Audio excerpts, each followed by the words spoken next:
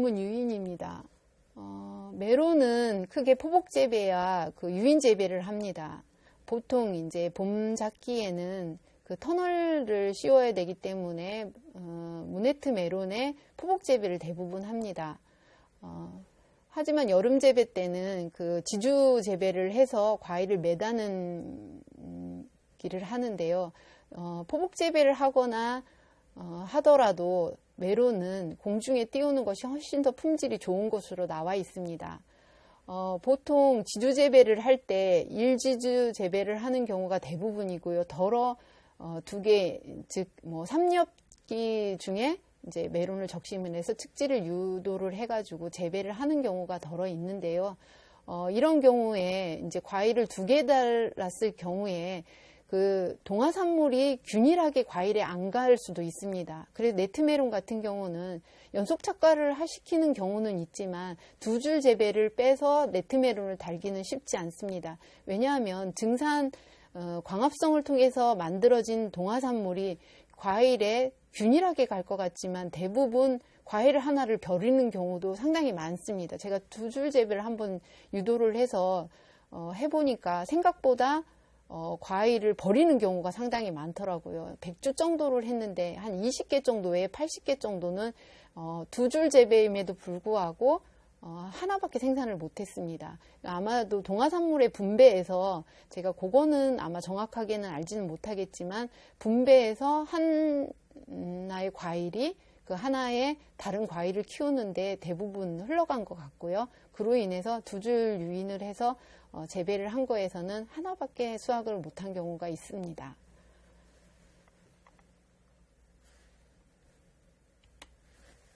지금 사진에서 보시듯이 포복 재배를 하더라도 과일을 공중에 매다는 것이 품질에 훨씬 더 유리하고 품질을 네트라든지 뭐 이런 거에 훨씬 더 품위를 높게 하기 때문에 포복 재배라 하더라도 네트 메론 같은 경우는 공중에 매다는 그렇게 관리하는 것이 유리합니다.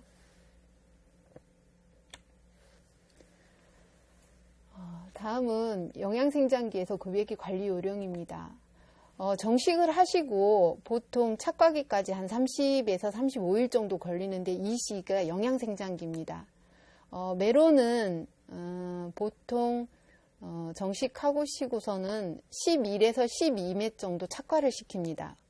거기에서 11에서 12매 정도에서 발생하는 측지 첫 번째 암꽃에 과일을 착생을 시킵니다. 그 과일을 착생하기 전까지를 영양생장기라고 하는데 이 시기에 가장 중요한 게 뿌리를 키우는 것입니다.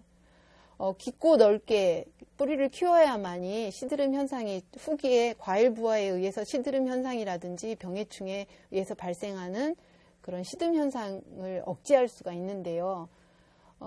보통 이 시기에 5엽기 정도의 정식을 하고 5엽기 정도의 유인을 합니다. 유인을 할 때 떡잎과 본잎 2매 정도를 제거를 합니다. 그리고 착과절이를 결정을 하게 되는데요. 메론은 착과절이를 11에서 12매 정도의 착과절이를 하고 그 위로 10매 정도를 키웁니다. 보통 요 시기가 영양생장에서 정식을 하고 한 30에서 35일 정도 걸리는데요. 요 시기가 끝나고 교배기가 옵니다. 즉 착과기가 오는데요. 보통 아까도 말씀드렸는데 수정은 보통 하루 이틀 만에 다 정식한 거를 해야 되겠지만 대부분 생장이 균일하지 않다 보니까 일주일 정도가 걸리는 경우가 대부분입니다. 영양생장에서 생식생정으로 전환하는 시기이고 초기에 영양생장기에 너무 과본무, 아까도 말씀드렸듯이 질소질을 너무 과하게 주시거나 물을 너무 과하게 주시는 경우에는 그 비만, 즉 이제 과본무가 되면서 생식생장으로 전환하는 시기, 즉 암꽃 착생하는 시기 암꽃이 제대로 발달을 못해서 착과를 못 시키는 상황이 생길 수도 있기 때문에 이 시기에 너무 과본무로 키우시면 안 됩니다. 특히 물 관리가 너무 많거나 이럴 때는 생장이 되게 빠르고 입이 넓어지면서 과일이 되게 메론이 되게 잘 크는 것처럼 보이지만 뿌리를 깊게 키우는 것이 이 시기에는 가장 중요하지 잎을 키우는 게 중요한 시기는 아닙니다. 그러다 보면 너무 물을 많이 주고 질소질 비료를 많이 줘서 TR율, 즉 잎의 양이 뿌리의 양에 비해서 너무 많게 되면 착과를 한 후에 착과 비대기에, 즉 과일 부화가 걸릴 시기에 급성 시드름이 올 확률이 상당히 높습니다. 그렇기 때문에 이 시기에 영양생장기에는 제일 중요한 것이 뿌리를 키우는 일이 가장 중요하다. 잎을 키우는 것보다는 뿌리에 키우는 것에 중점을 두고 물관리, 양분관리를 하셔야 하겠습니다.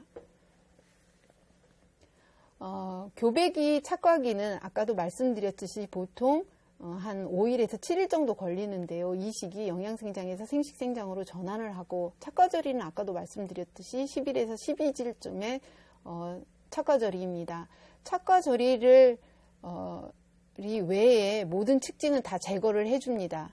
보통 그 측지에서 숫꽃이 발생을 하면서 측지가 나오는데요. 이거는 착과절인 10일, 12절을 제외하고 모두 다 제거를 해줍니다.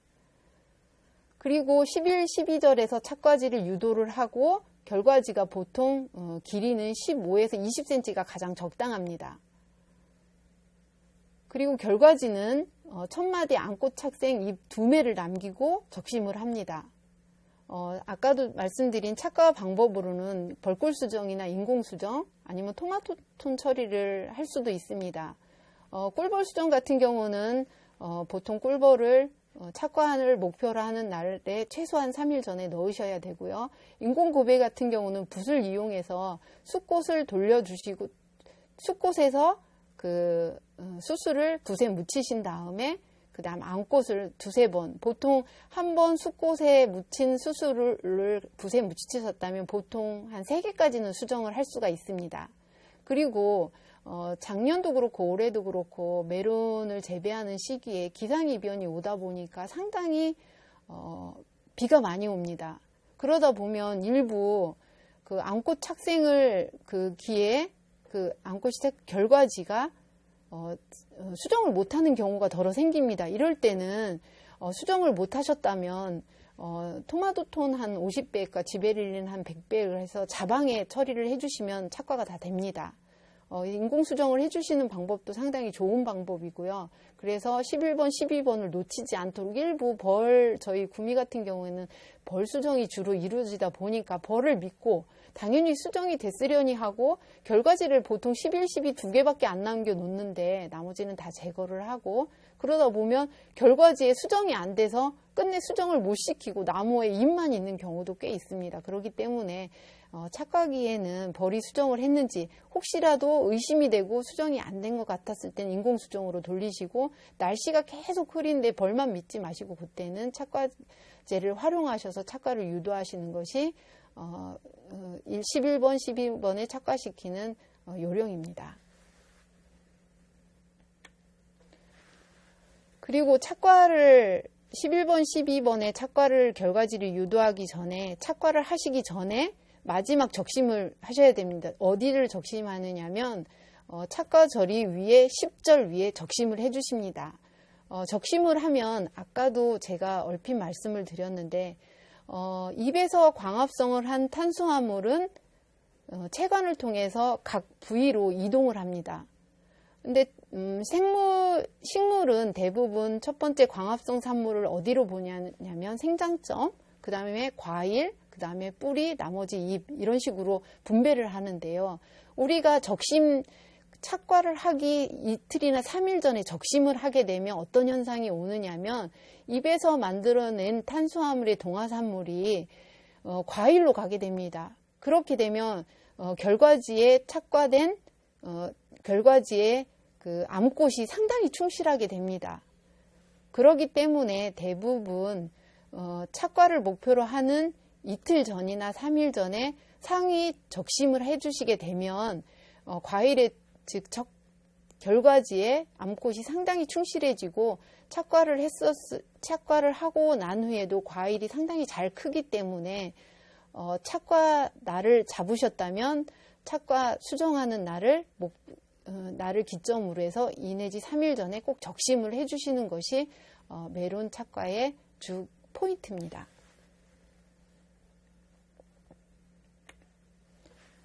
요거는 제가 칸달로프 메론을 키우면서 네트가 어떻게 생장을 하는지 한번 사진을 찍어 본 건데요. 착과 당일 보시면 암꽃이 수정을 했고요. 그 다음에 한 15일 정도까지 과일은 비대합니다. 메론은 착과와 동시에 15일까지 어마어마하게 생장을 합니다. 첫 번째로는 길이 생장을 합니다. 보통 길이 생장 후에 그 다음에 폭성장을 합니다. 그래서 메론을 대부분 처음에 보시면 네트메론, 둥근 형태의 네트메론을 보시면 길이 생장을 했다가 길쭉하게 크다가 한 15일 정도 되면 둥그러지는 모양을 아마 경험을 하셨을 텐데요. 보통 그 시기까지는 네트가 잘 형성이 되지 않습니다. 네트가 생기는 시기를 보면은 빠르면 13일, 뭐 여름 같은 경우는 보통 15일이면 네트가 나오기 시작해서 한 18일 정도까지 네트가 나오기 시작을 합니다. 요 시기가 메론에 있어서는 이제 경화기가 오는 시기인데요. 메론은 대부분 초기에 초기의 비대기에 급속도로 크는 요 시기가 메론의 그 수량, 즉 과일 크기를 결정한다고 보시면 됩니다. 보통 종의 크기가 먼저 크고 그 다음에 횡이 크게 되는데요. 이 시기에는 그 물 관리나 그리고 그 양분 관리에 있어서 물을 조금 더 물의 양을 좀 더 늘려주셔야 됩니다. 그렇다고 해서 너무 과도한 물의 양은 무슨 상황을 만들게 되느냐면 메론이 그 길이 성장을 하게 하는 주 역할을 하는 잎들이 어떤 잎들이냐면 착과절이 하이 잎들입니다. 아까도 너무 과본물을 하게 하면 종 성장을 너무 길게 하고 그 다음에 횡성장을 하게 되는데요. 초반부에 잎이 너무 과본무하게 되면 그 메론의 종성장이 너무 길쭉해지는 메론이 나올 수 있는 그런 상황이 생깁니다.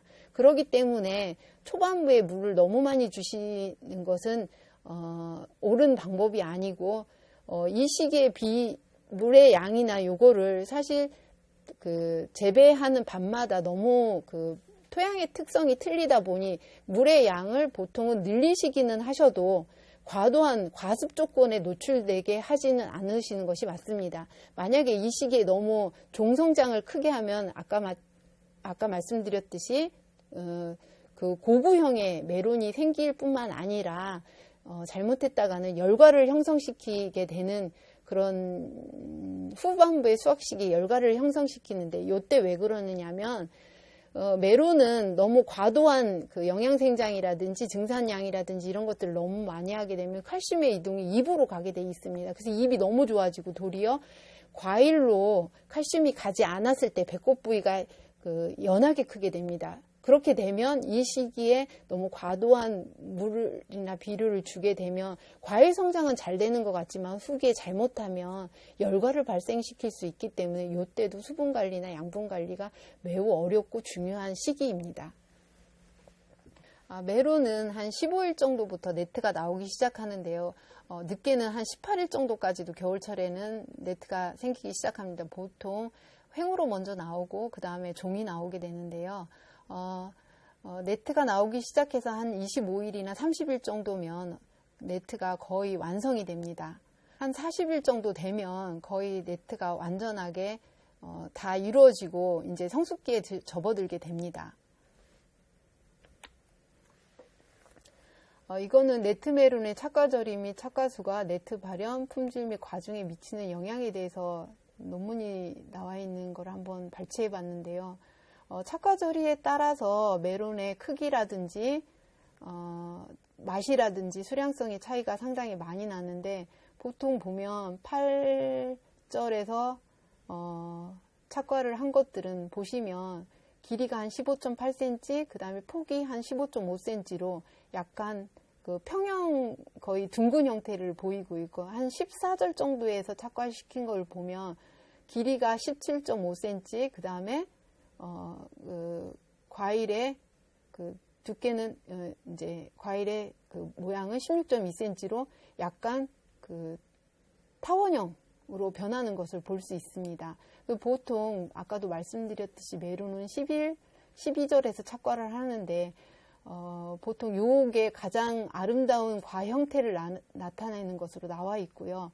보통 메론이 저절이 착과를 시킨, 즉 8절이나 이런 식의 저절이 착과를 하면 평평과 약간 이제 종이 크고 종이 작고 횡이 커지는, 즉 과일 폭은 커지고 과일 고는 낮아지는 형태를 띠고요. 착과절이를 14절 이상 높게 있을 때는 종이 커지고 과의 그 지름이 좁아지는 약간 고구형의 메론이 나옵니다. 하지만 메론은 대부분 둥근 형태의 메론을 선호하기 때문에 대부분 착과절이를 11에서 12절 정도가 가장 적합합니다. 그 고구형이 나오는 주요 원인으로 그 착과절이를 위로 하면 대부분 착과절이 하엽이 과일에 종을 키우는 성질이 강하기 때문에 그 하엽이 많을수록 메론은 길쭉해지는 성질이 있고, 그 다음에 착과절이가 낮을수록 그 횡을 키우는, 즉 과일 폭을 키우는 성질이, 윗엽이 관여를 하면서 그 과일 폭을 키우는 성질이 있기 때문에 대부분 평평과가 생기게 됩니다. 다음도 그 머스크 메론의 다맥 양액 재배에서도 적심 및 착과절이가 제식 밀도와 과실의 품질 및 수량에 미치는 영향인데, 여기서도 대부분 보면 메론의 착과절이가 높을 때 약간의 고구형의 메론이 나오고, 그 다음에 착과절이가 낮으면 그 평평과의 메론이 나오는 것으로 나와 있습니다. 다음은 착과계 유의사항입니다. 아까도 말씀드렸는데요. 다시 한번 짚어보고 넘어가겠습니다. 착과 2, 3일 전에 적심을 통해서 탄수화물의 이동을 과실 쪽으로 유도함으로 인해서 그 충실한 그 암꽃을 만들고, 그로 인해서 우량한 그 과실을 만들어내는 게 중요하고요. 관수량도 한 3, 4일 전부터는 약간 조절을 해야 됩니다. 왜냐하면은 그 시기에 너무 과도한 영양 생장을 하면 아까도 말씀드렸듯이 착과를 제대로 이루어질 수가 없기 때문에 최소한 한 3일 전 정도는 물을 조금 떼주시고, 그리고 환기를 강화시키셔서 이 시기에는 영양 생장에서 생식 생장으로 전환이 자연스럽게 이루어질 수 있도록 관리를 해주셔야 됩니다.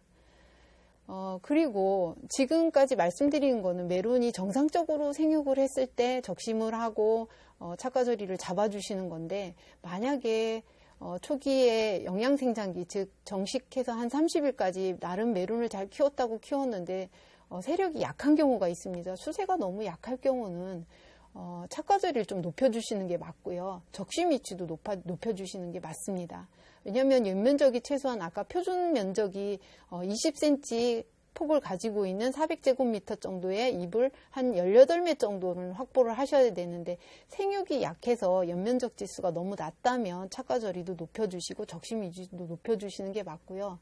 또 세력이 약해서 연면적 확보가 필요할 경우에는 적심하고 교배를 하는 게 아니라 교배 후에도 적심이 가능합니다. 왜냐하면 잎면적 확보가 중요하기 때문인데요. 잎이 있어야지 광합성을 해서 과일을 생산해낼 수 있기 때문입니다. 착과 불량이 예상되는 경우는요, 교배 전에 영양생장이 지나쳐서 암꽃 발육이 빈약한 경우, 교배 기간에 흐린 날씨가 지속될 경우, 이상 한파로 10도씨 이하의 밤온도가 장시간 지속될 경우, 개화 전에 꽃봉오리가 약해 또는 가스 피해를 입은 경우, 또 공중 습도가 지나치게 높아서 꽃 속에 물방울이 맺히는 경우, 이런 경우는 착과 불량이 예상되기 때문에 인공 수정을 해주셔야 됩니다. 다음은 과실 비대기 관리 요령입니다. 착과를 유도하셨다면 네트 발생기가 이제 옵니다. 아까도 말씀을 드렸는데요. 보통 착과를 하고 한 15일까지는 과실이 비대가 주로 이루어집니다. 과실 비대 시기에는 과일이 종으로 크고 횡으로 큰 다음에 한 15일, 겨울철에는 한 18일 정도가 되는데요. 이때부터 네트가 발생을 하기 시작합니다. 그런데 이 시기에 네트가 발생을 한다는 것은 쉽게 말해서 메론이 생장이 1차 멈춘다는 얘기입니다. 1차 한 2, 3일 정도 메론의 그 생장이 멈추면서 그 다음에 나오는 것이 내부적으로 메론이 성장을 새로 하는 시기입니다. 경화되는 이 시기를 경화기라고 하는데요. 보통 한 15일에서 18일 사이에 경화기가 오면서 생장이 멈췄던 것들이 재가동이 되면서 안에 메론이 충실도가 높아지면서 네트가 터지기 시작합니다. 쉽게 말하면 메론의 네트는 열과 즉 표피가 갈라지면서 거기에 유압 조직이 생기고 그 유압 조직이 아물어 가면서 하얀 네트가 형성이 되는 그런 건데요. 요 시기에 경화기 때 너무 과도한 물을 주었을 때는 열피성 네트라고 해서 깊은 메론 네트가 생깁니다. 깊은 네트가 생깁니다. 그렇기 때문에 이때 경화기 때는 물을 주시는 것에 상당히 주의를 주셔야 되고요. 특히 환기라든지 수분 관리라든지 이때는 상당한 신경을 쓰셔서 관리를 해 주셔야 됩니다. 과실비대기 수정 후에서 네트 발생기는 보통 수정 후 15일인데요. 메론 인생에서 가장 많은 수분을 먹는 시기고요. 1차 과실이 종성장을 하고 2차 횡성장, 이 기간 중에 비대량에 과실 크기에 가장 큰 영향을 미친다고 말씀을 드렸고요. 비대기 주의사항을 보면 비대기 비대량이 적고 후기 초세 회복으로 과실 비대 시 통편가나 열가가 발생할 수 있다. 그리고 차가 10일경 가로 생장이 우선하면서 둥근 모양으로 변하고 과색도 변한다. 그리고 비대 후기 환기량을 서서히 늘려 경화 환경을 조성함으로써 네트 발현이 시작을 유도해야 된다. 라는 말씀을 드렸습니다. 다음은 네트 발생기입니다. 보통 네트가 발생하는 초기부터 한 20일에서 23일, 좀 길게는 25일까지 가는데요. 요 시기에 온습도 관리라든지 열피성 네트가 발생하지 않도록 상당히 주의를 기울여 주셔야 됩니다. 온습도 관리는 네트 발현은 내부 충실도에 의한 다시 비대 속도가 빨라지는 현상입니다. 세로 균열이 생기다가 며칠이 지나면 다시 가로 균열이 생기면서 전체가 발생하게 되는데요. 비대가 촉진될 경우 열과성 네트 발생 하우스 내 환기를 통해 과실을 천천히 키우는 것이 열피성 네트를 막는 방법입니다. 낮 온도는 보통 28에서 30도 정도를 유지하시고요. 밤 온도는 16에서 18도 정도를 목표를 삼아서 관리를 해주셔야 됩니다.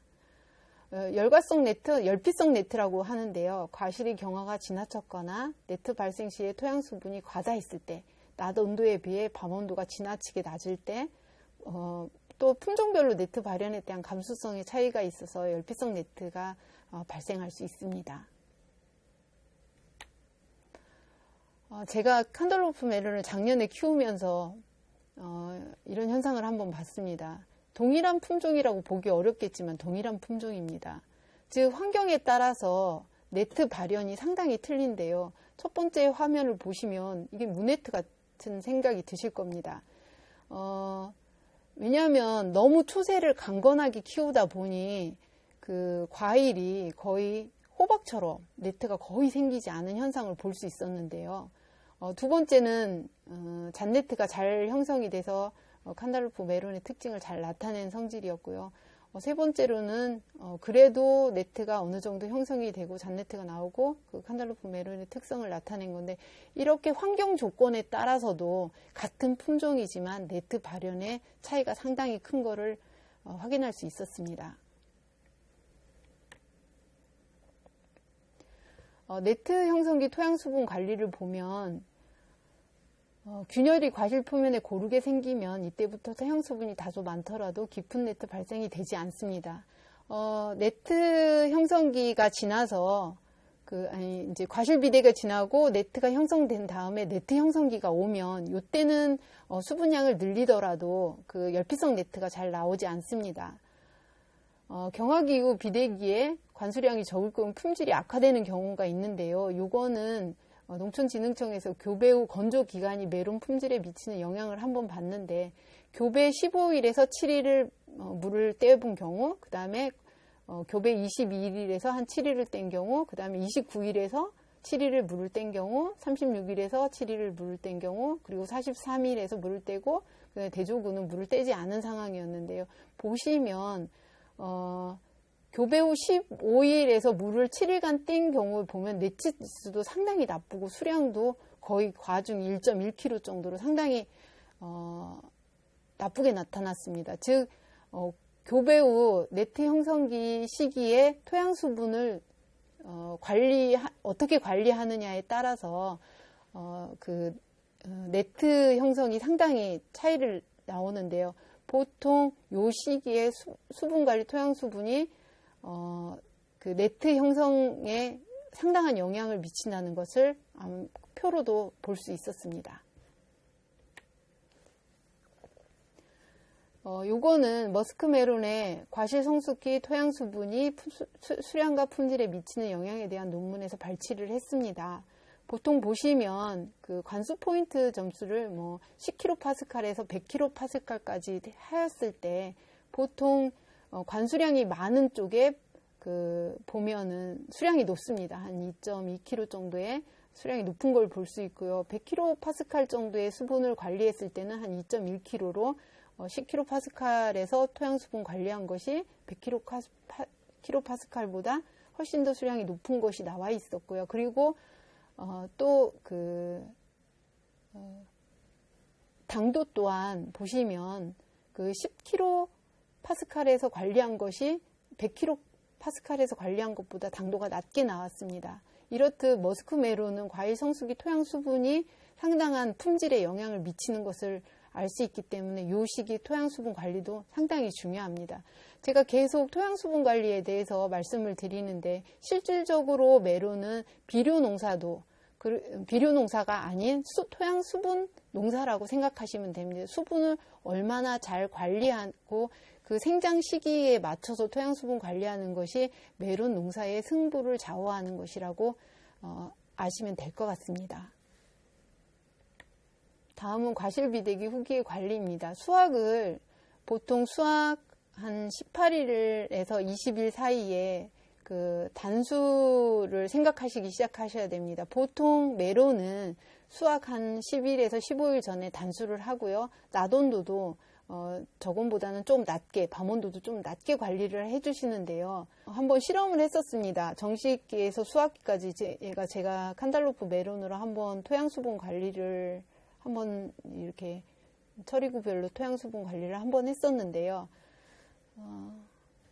결과가 어땠었냐면 토양 수분이 많을수록 그 수량이 많습니다.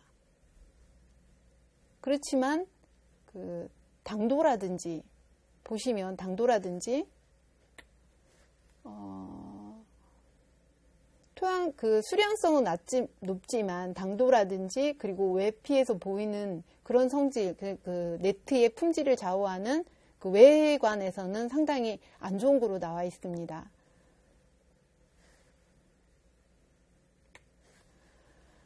메론 생육기കൾ 토양 수분 관리 요령을 한번 그래프로 표현을 했는데요. 초기에 정식하고서는 토양 수분을 좀 높게 관리하다가 아까 교배기 때 교배가 영양생장에서 생식생장으로 전환하는 시기, 그 시기에는 환기나 토양 수분을 줄여서 착과를 유도하고 그리고 착과가 된 후 과실 비대기는 물의 양을 늘렸다가 그리고 1차 경화기가 옵니다. 메론이 더 이상 한 15일에서 18일 정도 되면 메론이 크지 않은 과실 경화기 때는 약간 환기를 시키고 환기를 좀 더 강화시키셔서 그 메론의 네트 발생을 유도하고 네트가 어느 정도 발생했을 때는 물의 양을 충분히 주신다 하더라도 열피성 네트가 잘 나오지 않기 때문에 이때는 과일을 비대 관리를 위해서 물 양을 약간 많게 해주셔도 되고 네트 종료기부터 수확 시기인 한 10일에서 15일 정도 새는 물을 떼어 주셔야 되는데